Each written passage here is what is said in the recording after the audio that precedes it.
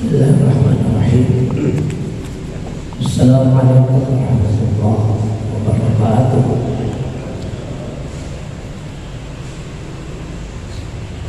Alhamdulillahirabbil alamin.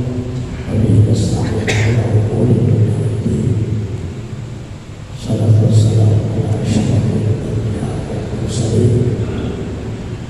Nabiyina Muhammad wa ala alihi wa sahbihi tabi'ahum bi ihsan ila yaumil din. Qala Allah ta'ala fi kitabihil karim minal syaitanir rajim. Ya ayyuhalladzina taqullaha haqqa tuqatih wa la tamutunna illa wa antum muslimun. Jamaah subuh Masjid Syuhada rahimani wa rahimakumullah. Kembali dalam kesempatan yang mulia menjadikan puji dan rasa syukur kepada Allah Subhanahu wa taala. Kita memuji Allah karena Allah berhak dan wajib untuk kita puji. Kita bersyukur kehadirat Allah Subhanahu wa taala karena Allah telah begitu banyak menganugerahkan nikmatnya kepada kita. Dan nikmat terbesar dalam hidup kita ini adalah kita ditakdirkan oleh Allah Subhanahu wa taala menjadi orang yang punya keimanan, punya keyakinan bahwa sesungguhnya Allah adalah Tuhan kita. Sesungguhnya Nabi Muhammad adalah Nabi dan Rasul Allah Subhanahu wa taala. Sesungguhnya Al-Quran adalah kitab suci kita. Demikian beberapa keyakinan yang tertanam di dalam hati kita, dan ini merupakan nikmat terbesar di dalam hidup kita ini. Jemaah sekalian rahimani wa rahimakumullah. Insyaallah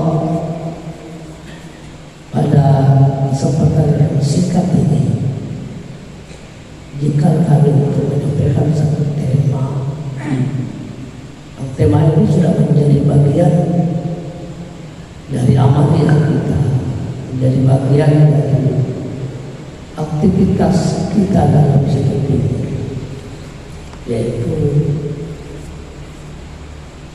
peranan doa dalam kehidupan kita. Insya Allah kita semua sudah berdoa. Insya Allah kita semua sudah menjadikan doa itu sebagai komunikasi kita yang terus menerus kepada Allah Subhanahu wa taala, sebagai wujud dari keluh kesah kita kepada Allah Subhanahu wa taala, untuk kita laporkan, untuk kita ceritakan kepada Allah, yang pada akhirnya kita meminta kepada Allah solusinya, jalan keluarnya dari setiap permasalahan yang kita hadapi.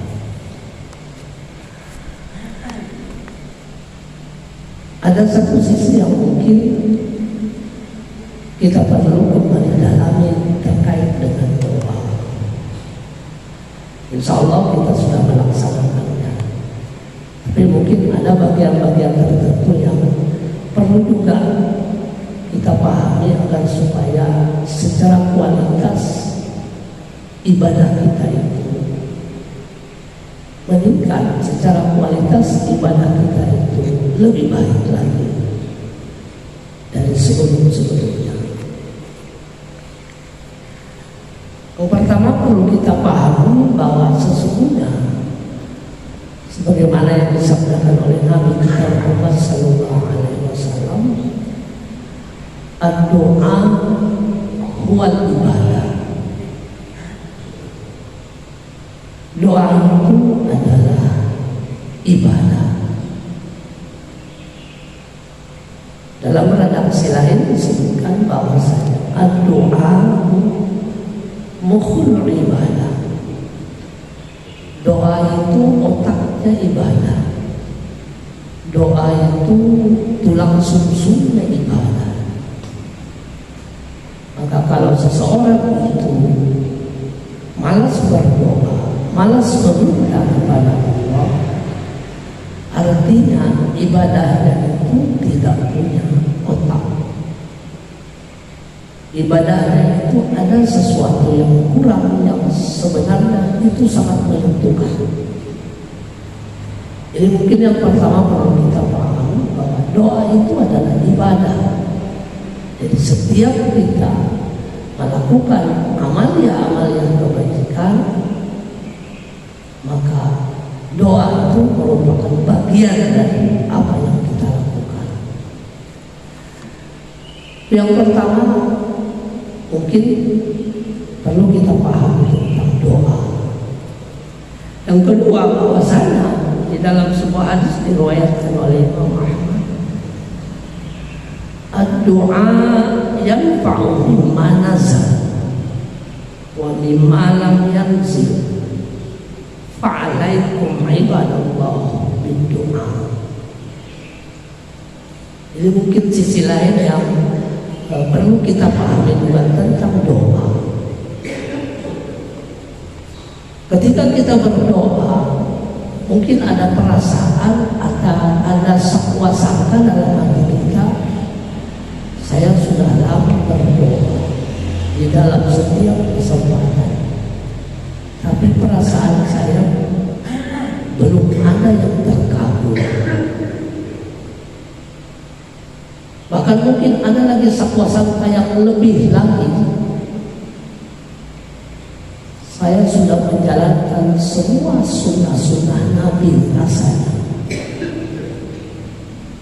tapi kehidupan saya ya tetap begini saja. Ada sahabat saya, ada tetangga saya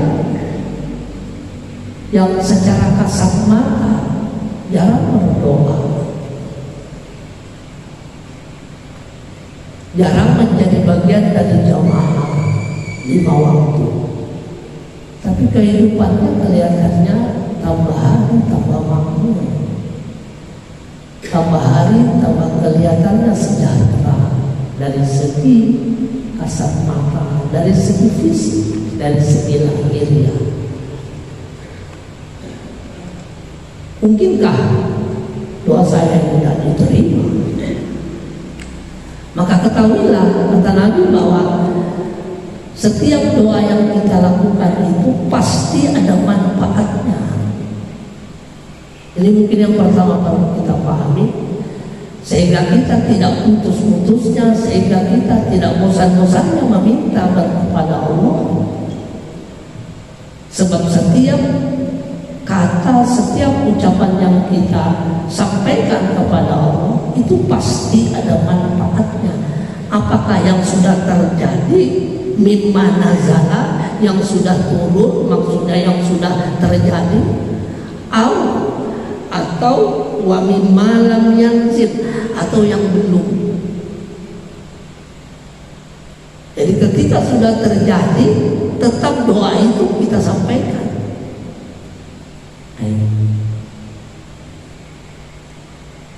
Tetap doa itu kita ucapkan. Apakah itu sudah terjadi tapi tidak sesuai dengan apa yang kita minta, kita minta kemenangan ternyata kalah. Kan lagi tren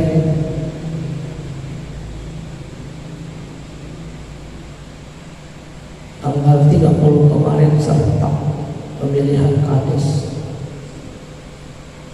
Mungkin banyak yang berdoa itu, bahkan doanya itu diamalkan. Walillahil asmaul husna fad'ulah, biasanya ada malamnya. Dan bagi Allah adalah ada asmaul husna, ada nama-nama yang terbaik, maka mintalah dengan nama tersebut. Maka pada malam pemilihan diamalkanlah asma Allah, ya Razzaq, ya Fattah, semoga saya menang. Pas besok kalah, maka kita harus memahami doa kita itu biar tidak dijabah atau belum dijawab Allah itu ada manfaatnya. Jadi manfaat doa itu pasti terus akan ada terhadap sesuatu yang sudah terjadi, apalagi yang belum terjadi. Ini mungkin sisi-sisi doa yang perlu kita pahami. Insya Allah kita sudah berdoa terus, terutama pada waktu-waktu dan tempat yang diijabah. Tapi perlu kita pahami secara manusiawi, mungkin dalam hati kita, saya sudah setiap azan dan iqamah itu saya doa terus, itu tempat yang diijabah, waktu yang diijabah Allah, tapi rasanya belum diterima, belum dikabulkan. Mungkin dalam hati kita demikian, tapi kata Nabi itu ada manfaatnya, dan Allah yang Maha tahu apa manfaatnya tanpa kita sadari sebenarnya. Wa min malam yanzil, atau yang belum terjadi. Maka kata Nabi dalam sabda beliau, fa'alaikum ibadallah, maka atas kamu berdoalah kamu hamba Allah. Dan ini yang lebih penting lagi terkait dengan sisi-sisi doa yang harus kita pahami. Dalam sebuah hadis yang diriwayatkan oleh Imam Tirmizi disebutkan, la yaruddul qada'a illa du'a, tidak akan menolak ketentuan Allah. Jadi kalau sudah ketentuan Allah itu tidak ada yang bisa menolak. Kalau sudah Allah mengatakan A, maka itulah takdirnya. Tidak ada yang bisa menghalangi, tidak ada yang bisa menolak. Tapi kata Nabi, illa doa, kecuali doa. Jadi doa itu bisa menolak takdir Allah. Artinya apa? Artinya ketika kita berdoa kepada Allah dengan satu permintaan yang ternyata permintaan itu sudah Allah tetapkan, dan ketetapan itu bertolak belakang dengan permintaan kita, maka Nabi mengatakan doa itu bisa merubah takdir Allah. Dalam kesempatan lain juga dikatakan bahwasanya Allah itu maha pemalu. Allah itu maha pemalu. Salah satu sifat Allah itu adalah maha pemalu, dan Allah sangat malu kepada hambanya ketika hamba itu berdoa, bermunajat kepada Allah. Setelah hamba itu berdoa, hamba itu pulang dengan tangan kosong. Allah itu sangat malu. Jadi dapat dipastikan makna di sini bahwasanya setiap kita berdoa itu pasti dikabulkan Allah Subhanahu wa taala, sebab Allah itu malu betul kalau ada hambanya berdoa pulang dengan tangan kosong. Artinya apa? Dia tidak mendapatkan apa-apa dari Allah. Jadi Allah itu malu betul. Maka dari itu, ini yang mungkin perlu kita pahami, sehingga ketika kita berdoa, pasca kita berdoa, tidak ada sakwa sangka, tidak ada suudzon kepada Allah. Sebab apa? Ud'uni astajib lakum. Berdoalah kepada Allah, pasti kata Allah kabulkan. Kalau sudah Allah mengatakan pasti, itu tidak ada yang bisa menghalangi. Allah sudah mentakdirkan, tidak ada yang bisa menghalangi. Tapi ada satu hal yang bisa merubah, merevisi doa. Itulah salah satu hal yang perlu kita pahami tentang doa. Sehingga ketika kita berdoa, kata Imam Al-Ghazali, salah satu ciri doa yang diterima Allah itu adalah ketika dia berdoa, dia punya keyakinan penuh bahwa doanya diterima. Cuma yang menjadi permasalahan, Allah itu Maha tahu kapan waktunya diterima. Sebab kata Allah, kalau hari ini engkau berdoa, subuh ini engkau berdoa, langsung kukabulkan, kata Allah. Allah Maha tahu. engkau tidak akan mungkin sanggup, engkau tidak akan mungkin sabar untuk menerima apa yang engkau minta. Allah Maha Tahu. Jemaah sekalian rahimahullah, inilah mungkin salah satu sisi doa yang perlu kita pahami, kita ketahui, sehingga kualitas doa kita itu benar-benar sempurna. Jadi bukan sekadar meminta sebagai satu rutinitas, bukan sekadar meminta bahwa ini tempatnya dikabulkan Allah, tapi ada sisi lain secara kualitas perlu kita pahami. Dan yang terakhir adalah siapa saja sebenarnya doa yang direkomendasikan oleh Nabi pasti diterima. Sebab kalau kita meminta, resikonya kan, konsekuensinya kan ada dua, diterima atau ditolak. Itu konsekuensi orang yang meminta. Termasuk kita minta sama Allah, ada yang diberi, ada yang ditolak. Ditolak karena apa? Karena tidak mencukupi persyaratan-persyaratan. Rasulullah merekomendasikan bahwa yang pasti diterima pertama Rasul sendiri. Rasulullah mendoakan umatnya, insya Allah pasti diterima Allah. Tapi persoalannya sekarang Rasul kan sudah tidak ada lagi, berarti Rasul tidak bisa lagi mendoakan kita. Ketika orang tua mendoakan anaknya, dijamin akan dijabah doa, terutama doa-doa kebaikan. Tapi persoalannya, bagi yang masih punya orang tua masih ada kesempatan. Tapi bagi kita yang tidak lagi punya orang tua, tidak lagi punya kesempatan, memohon supaya orang tua kita mendoakan kita. Begitu juga anak kepada orang tua. Ini direkomendasikan, diterima oleh Allah Subhanahu wa Ta'ala. Tapi ada satu lagi yang mungkin terlewatkan oleh kita, bahwasanya ada lagi satu yang direkomendasikan akan diterima oleh Allah, bahkan Allah sulit untuk menolaknya. Bukan sulit di sisi Allah, tidak ada alasan Allah untuk menolak. Siapa? Itulah malaikat. Jadi Rasulullah merekomendasikan apabila malaikat itu mendoakan, maka tidak ada alasan Allah untuk menolak doa malaikat. Siapa saja orang yang didoakan malaikat. Mudah-mudahan kita termasuk orang yang di samping orang tua kita mendoakan kita, atau anak mendoakan kita, atau sesama kita saling mendoakan.